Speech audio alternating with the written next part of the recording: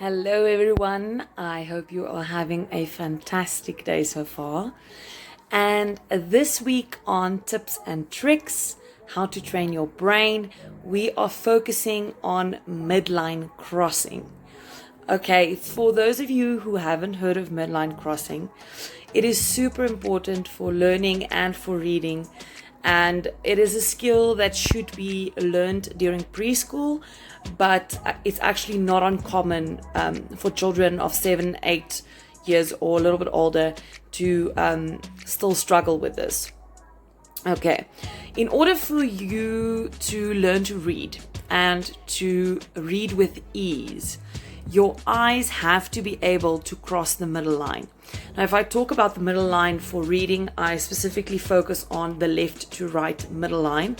And that simply means because we read from left to right. So both of your eyes have to go left at the same time, cross the middle line, and go to the right hand side in order to read efficiently. Okay, so now what happens is that if a child skips words or they show a lot of regression and fixation while reading, that might be an indication of them struggling to cross their midline. And luckily, it's quite an easy fix. It takes a little bit of practice, but with a few exercises and just creating that a neural pathway, it's easily fixable. Okay, so the other thing that people don't often know is that you have 3 midline crossings. So you have left to right, as I've mentioned. Then you also have top to bottom, so your head and your feet. And then the third one is your front and your back. There's also a middle line that needs to be crossed when you turn around or things like that. Okay, all of these things have to be established before the age of 6. But as I've mentioned, it's quite common for it not to be properly established. And it is then your responsibility as a parent to help your child to establish these midline crossing skills in order for them not to struggle with simple tasks later in life. So I'm going to show you 3 exercises that will help your child to learn how to effectively cross their midline. So the very first one is called the Mousepad. It's also known as the lazy 8 or an infinity sign. So how this one works, and this is quite important, your child's arm has to be straight in front of them, okay? And then what helps, especially if they're very young, is to put a sticker on their thumbnail, because that's where their eyes have to focus. Okay, and then they will make a lazy 8 in the air following their thumb with the eyes. Okay, so it'll look a little bit like this. I'm going out of camera frame now, but I'm gonna try and lean a little bit back so you can see. I'm just gonna make a small one so you can see. Okay, so you can see what my eyes are doing, right?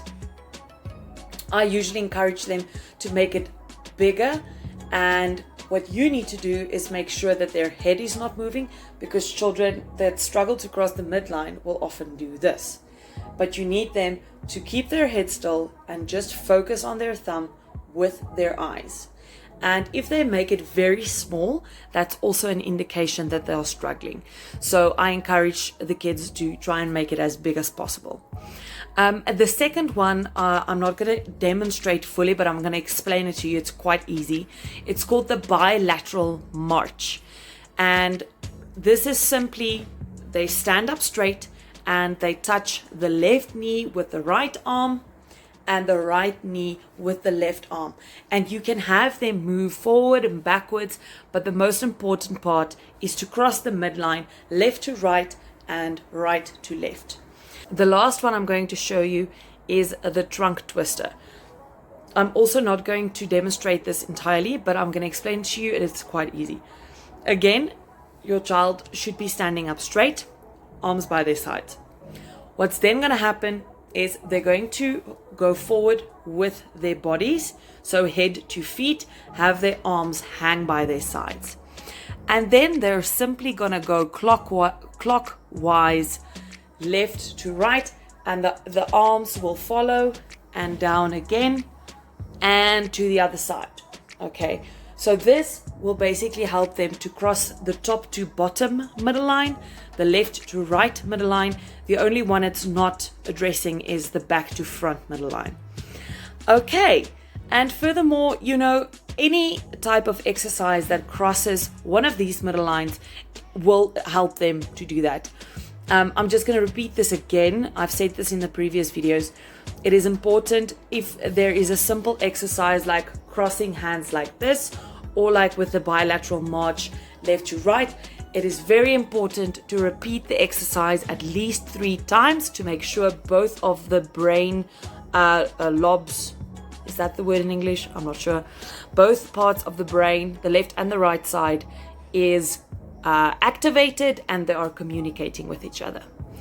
Okay, well, that is all I have for you today. I hope this can help you at home. Please contact us if you have any questions. Follow us on social media and subscribe to our YouTube channel. And I will see you again next week.